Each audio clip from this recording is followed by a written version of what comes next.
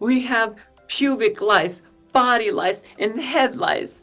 And they all have very interesting and unique stories of how they became the parasites they are today. And our ancestry lines, who are also the same ancestors as the Neanderthals, the Denisovans, the Homo naledi, the Homo erectus, and all of the other hominids, all of these humans, all carried parasites that we call lice. We got our crabs from gorillas, at least our ancient ancestors, most likely using the same bedding. You can use your imagination all you want, and people like to say, ooh, they had sex with gorillas.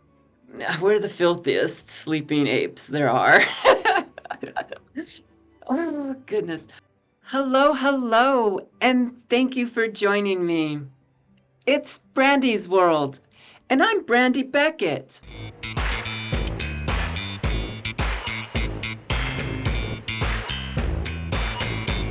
Today, we are going to talk about human evolution and head lice and pubic lice, body lice. Okay, we're talking about the parasite we call lice that lives on our human bodies, and it is unique to us humans. So many of us have had lice, at least as children, right? Children seem to draw head lice to them. Or someone that you have known or knew in school got head lice. And if you're a parent, you've probably dealt with head lice from your children. What are head lice? And why are they on our heads? Okay, so what a head lice or a head louse is, singular. Head lice it's a parasite, and they live exclusively on our human bodies. They're known as Pediculus humanus. And Pediculus humanus is one species that lives only on our head, and a subspecies of that lives in our clothing, on our bodies, right? So we have the head lice and the body lice, both the same species. They're both Pediculus humanus. And Pediculus humanus, this little louse with, I'm going to put a picture up there.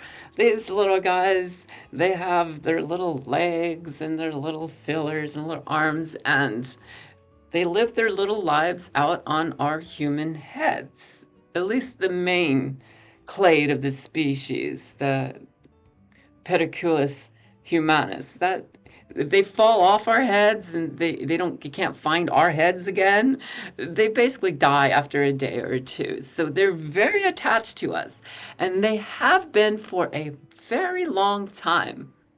In fact, our little lice friends from our heads have been with us for 5.5 million years. Well, how do you know that, Brandi, and why do you know that? Okay, well, fascinating subject. I've studied a little bit on the lice because it helps tell the story of our human evolution. Because they also are part of the biosphere, and they also evolved. Everything within the biosphere is part of evolution. Evolution, it is the explanation for the diversity of life on our planet. It explains why life is diverse. So it's very helpful and very useful. And it shows us interesting patterns. So like parasites also evolve. And their environment is pretty much dictated by their host. So a parasite living on us has to adapt to our environment.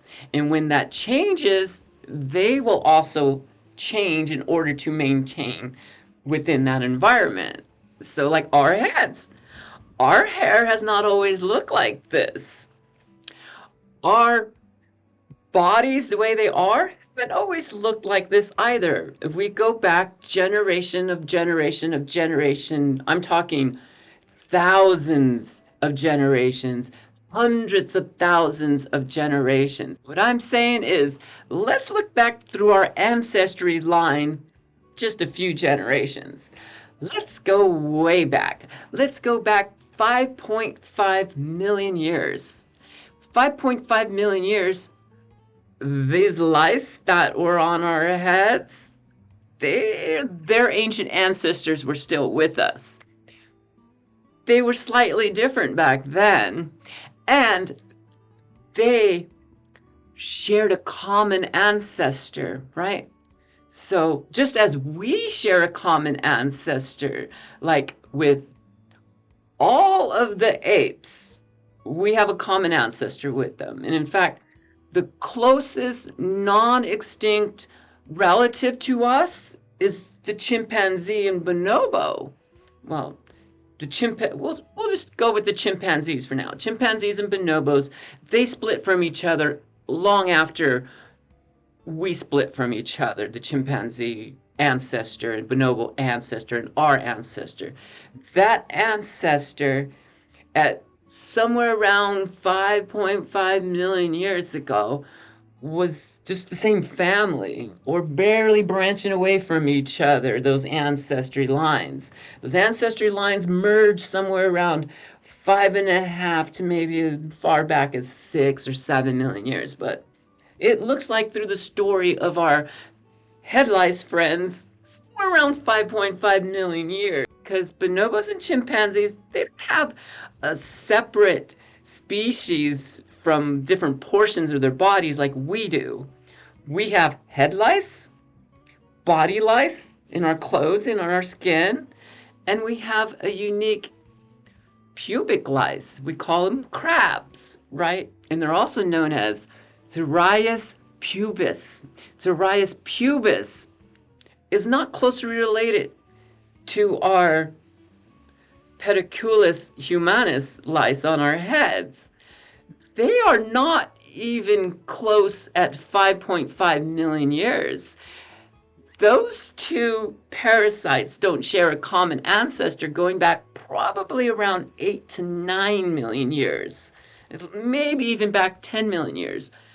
Two different lice on our body don't share common ancestor for further than the common ancestor of the lice on our head and the lice within the fur of chimpanzees and the ones in the fur of bonobos. Bonobos and chimpanzee lice, they're closer related to each other and more closely related to each other than the lice on our head and to them. But all three of us at 5.5 million years share a common ancestor and a common ride-along, a common parasite, our lice. That 5.5 million years, that all the same thing. All those lice, all their ancestors from the chimpanzees, bonobos, and all of the humans. And in fact, all of the extinct humans also had lice. Think about every Neanderthal who ever lived, every Denisovan who ever lived, every Homo naledi, every Homo erectus, every Homo agaster, every Homo ancestor, even Homo floresiensis from the island of Flores, and the other ancient humans that were our distant cousins living across this planet who have all went extinct. All of them carried a parasite, multiple parasites. We all do. As a species, they carried head lice. Neanderthals, erectus, and many of the hominids going forward from about 3 million years forward, all of them started to have two different types of lice on their body. They had head lice, which is the same as the Pediculus schaeffi, which is modern day lice on chimpanzee. Their ancestor and every hominid who went extinct also shared common ancestry at 5.5 million years and also shared the same parasites. And our ancestry lines, who are also the same ancestors as the Neanderthals, the Denisovans, the Homo naledi, the Homo erectus, and all of the other hominids, all of these humans, all carried parasites that we call lice. And they were all closely related to each other. But what's different than the head lice on our heads and the lice we find in our pubic region or our Pthirus pubis is we got the Pthirus pubis at 3.3 million years. Our ancestors did. All of the hominid ancestors at 3.3 million years were one ancestor, because at 3.3 million years, there wasn't anything called human. There wasn't any humans. Our ancestors did not look like humans at 3.3 million years ago. They were what we call Australopithecines.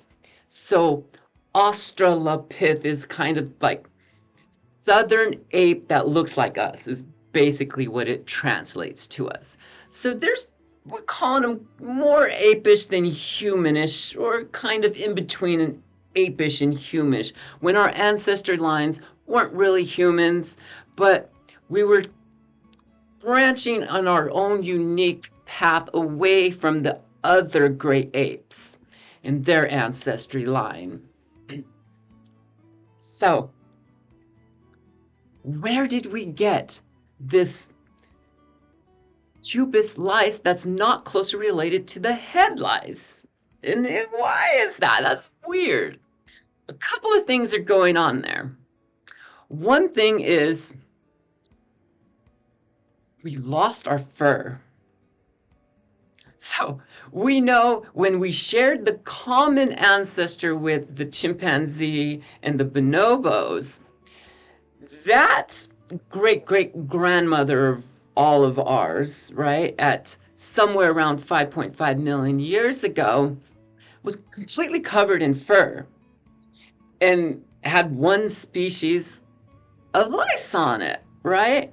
And then the branch away from the human and Pongo line, or the Pan line, the chimpanzee bonobo line, when that branch starts to split away from each other at 5 million years ago, our ancestry line starts to lose fur.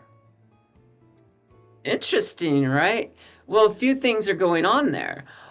Our lower limbs are starting to evolve longer than our upper limbs. And that's not happening with our cousins, the chimpanzee and bonobo ancestry line. At this around 4 million years ago, we're starting seeing signs of longer legs, which means we travel further, and also we start to adapt a different type of cooling system by losing fur and gaining sweat glands. So the sweat glands became more prominent for our evolution, at least our ancestry line of evolution, than it was to maintain this fur across the body. So we see fur start to go away from the bodies that were somewhere around 4 million years ago, roughly, right? And this causes a few things to happen. This causes the lice that was completely all over our body to retreat to the places where the hair remains on our head. And other places our head lice, right? So then, about 3.3 million years, we're doing our own things. We're not hanging out with the chimpanzee cousins and bonobo cousins at 3.3 millions. We're doing our things, they're doing their things, and we all share common needs, like, we need bedding. We need to sleep at night. We need a safe place, and preferably something comfortable. So all apes make a nest, right? We nest at night, and usually we make a little nest to sleep in, and then we find a different nest the following day. We sometimes will keep them for a week or two, or at least our ancestor line would have did that, similar to how chimpanzees, bonobos, and gorillas also make their own little nest. And turns out, little side note here, of all of the great apes, it's fantastic. They studied the cleanliness of our beds and the beds of the other apes, the nests, right? And who do you think has the filthiest of sleeping conditions of all the apes? You guessed it, us humans, us modern day humans, our beds, because there's there. We don't make new nests all the time. So yeah, when you test them microscopically and you're looking for all kinds of parasites and bacterias and funguses, we're the filthiest sleeping apes there are. Oh, goodness. But, okay, we didn't always have houses and beds. At 3.3 million years ago, our ancestors, they were roaming around the plains of the Serengeti. And they would have had to find nesting too. And just happened, all it would have taken was one or a few occasions where these newly balding apes kind of don't have body lice anymore. They only have like a head lice, or where they have a lot of hair, but not across the body. There's no more lice there. So when they nest down in a bed that happened to be occupied a night before by a gorilla, gorillas also have lice. As we mentioned, their ancestors had lice as well. And their ancestors at 3.3 million years ago were the same as the ones that eventually evolved to be what we call crabs. Yes, we got our crabs from gorillas, at least our ancient ancestors, most likely using the same bedding. You can use your imagination all you want, and people like to say, ooh, they had sex with gorillas. Probably not. Probably not. At 3.3 million years ago, our ancestry line was separated from gorillas for about 5 million years. Yeah, about 4 to 5 million years. So we didn't share common ancestor. I don't really think that sexual exploration would have been going on between those Australopithecines and those ancient gorillas. Who knows? Maybe. Or maybe they're just in close contact using nesting, or even they could have been butchering a gorilla, because around the same time we start to see evidence of stone tools in that region. So it could have been this new practice of using stone tools to butcher up carcasses to get meat. And carcasses have fur, which also has lice. And between 5.5 and 3.3, we lost body fur, but we also maintained a little bit of pubic region. Now, whether we had lice maintaining there, probably the same ones, but a new customer came into town. This new Pthirus gorillas starts to invade our pubic regions of the ancient ancestors of ours, and they take over that region and they claim it for their own, and they start to evolutionarily evolve differently than the gorilla lice, and they become their own. And that's why we call it Pthirus pubis. And Pthirus, I'll put the spelling up there. It's, you kind of look at, some people, it could be Pthirus or Pthirus, because it's based off of an ancient Greek word that they misspelled. So it should have been Pthirus, right? But they spelled it Pthirus, which we would go Pthirus, like other words that we use with the silent P. but I don't think it was supposed to be silent. So you can use either one. But it is not closely related to Pediculus schaeffi. Pediculus schaeffi, which is chimpanzees, their lice is more closely related to our head lice than to our body lice, which tells us a lot of information. And if we look genetically at when the separation between our body lice and our head lice happened, it looks like somewhere maybe around 100,000 years ago. Huh. Why would that happen? Interesting. There's lots of hypotheses, like we got it from other hominids that were still around. Possibly, we possibly could have got them from our close cousins of Neanderthal, our close cousins of Denisovans, or any of our other close cousins that were still around at that time.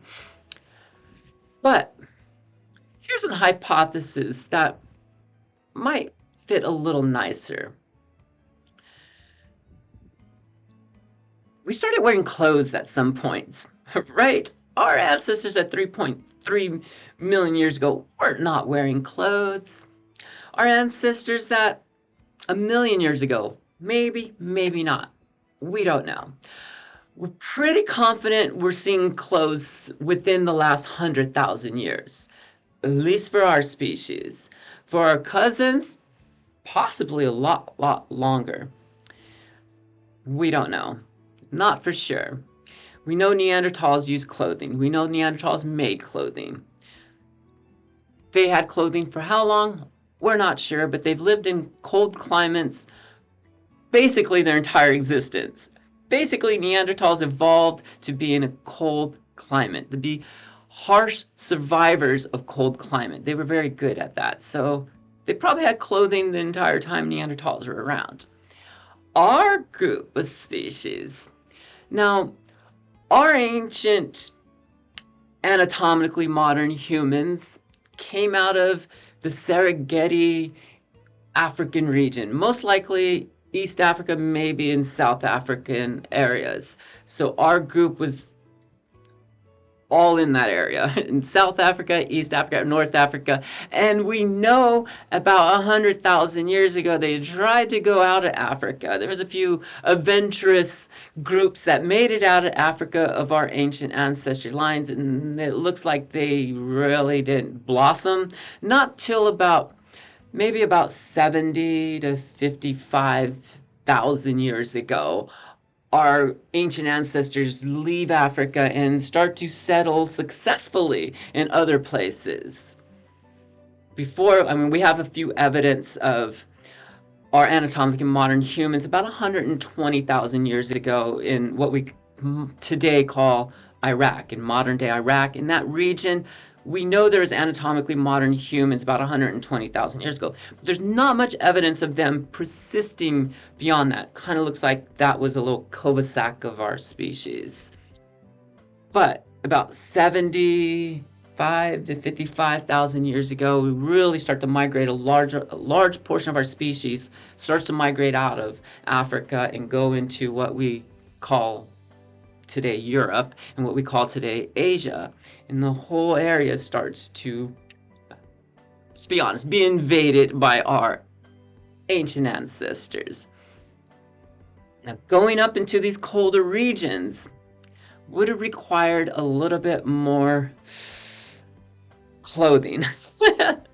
Right, and we don't do well without some kind of clothing on us when we're in cold regions. We do just fine when we're in tropical regions. In fact, our ancient ancestors evolved to be in these tropical regions. So our bodies were adapted for warm climates. And then when we start to migrate into colder climates, it's going to require, well, we lost our fur, so we can't just grow back the fur. That wasn't going to happen. That pressure wasn't going to work well for us. We had another way of surviving the cold. We started making ourselves a lot more warmer clothing. And this warmer clothing, we got it from furry things. So a lot of our clothing became like a secondary fur in the eyes of our parasite friends who are living on the head. Because think about it, some of those louse, those individual louse, be like, yo, I'm gonna venture out. Or, oh, I got knocked off the head. Now I'm on this other area. Hey, it's still the same body. I can still live off the same blood, because that's what lice live off. Whether you realize that or not, they have to eat. What do you think they eat? They live off of your blood. And your dead skin cells and stuff like that. That's what parasites do. Their environment is your skin and your fluids. They like it. They can't live without it. So when they start to venture off the head or fall off the head and make their way to the body, if they don't have their home, our hair, they can't live. If they don't have their food, our skin and blood, they don't live. But if they fall somewhere on the body and they don't have the hair, but they have the food, that's works. But now they have the food, our skin and blood, and they have a new fake home, the clothing that we're starting to wear. And they start to adapt to this new clothing. And it takes a different adaptation than their close cousins, the ones still living on the head. So 100,000 years ago or so, they start to find a new home. We call it clothing and warmth.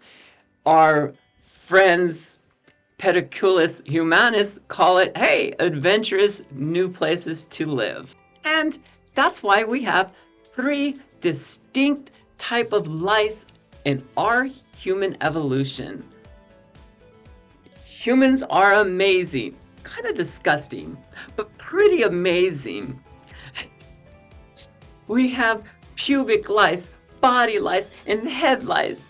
And they all have very interesting and unique stories of how they became the parasites they are today.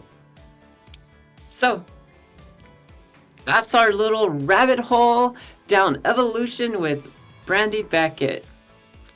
I am going to leave you, as I always do, with this message. Love yourself, but more importantly, like yourself. Treat people the way they want to be treated. Bye-bye for now.